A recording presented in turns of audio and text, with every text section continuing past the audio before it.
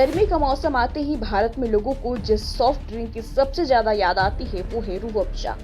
ये ठंडी राहत देने वाला शरबत न केवल स्वाद में बेहतरीन है बल्कि इसके पीछे एक बेहद दिलचस्प इतिहास भी छिपा है। करोड़ों भारतीयों की पसंद बना ये कोल्ड ड्रिंक 116 साल पुराना है, जिसकी शुरुआत 1907 में हुई थी। दिल्ली के एक मशहूर यूनानी चिकित्सक हकीम अब्दुल माजिद ने पुरानी दिल्ली में अपने दवाखाने में इस ड्रिंक को तैयार किया।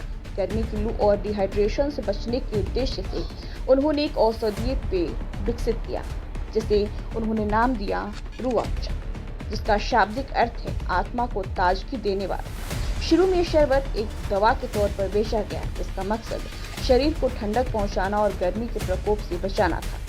रूह अफ़ज़ा की खासियत इनकी अनोखी सामग्री है। इसमें गुलाब, केवड़ा, अंगूर, नारंगी, तरबूज, गाजर और किशमिश जैसी प्राकृतिक चीजों का मिश्रण होता है, जो इसे न केवल स्वादिष्ट बनाती है बल्कि सेहत के लिए भी फायदेमंद है।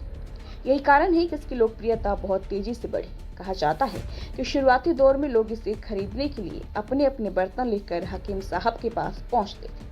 1915 तक रूह अफ़ज़ा दिल्ली के हर गली कूचे में मशहूर हो चुका था। इसके बढ़ते प्रचलन को देखते हुए हकीम अब्दुल माजिद ने इसकी ब्रांडिंग शुरू की ताकि यह शरबत देश भर में पहुंच सके।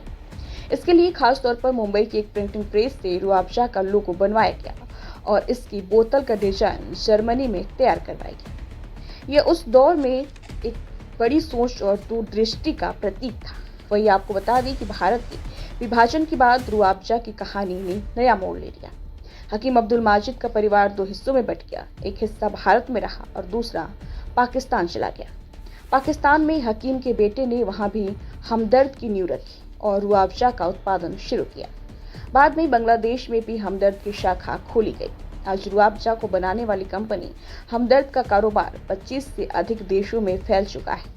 इसके 600 से ज्यादा उत्पादक बाजार में मौजूद हैं। भारत में रूह अफ़ज़ा की लोकप्रियता का अंदाजा इस बात से लगाया जा सकता है कि कोरोना महामारी के दौरान जब 2020 में लॉकडाउन लगा था, तभी से इसे आवश्यक वस्तुओं की श्रेणी में रखा गया। ये शरबत लोगों के दिल में इस कदर बस चुका है, चाहे रमजान हो, गर्मी की छुट्टियां हो या त्योहारों का मौसम, रूह अफ़ज़ा की मौजूदगी लगभग तय होती है। आज भले ही मार्केट में कई तरह के सॉफ्ट ड्रिंक मौजूद हो, लेकिन रूह अफ़ज़ा अपनी अनोखी खुशबू, स्वाद और ऐतिहासिक विरासत के चलते आज भी लोगों के दिलों पर राज करता है। ये केवल एक पेय नहीं बल्कि भारतीय समाज की सांस्कृतिक पहचान का हिस्सा बन चुका है। एक ऐसा स्वाद जो पीढ़ियों से चला आ रहा है और आज भी उतना ही प्रिय है जितना 116 साल पहले था। तो वही इस खबर में इतना ही। इसी के तहत तमाम और खबरें देखने के लिए बने रहिए फोकस भारत के साथ।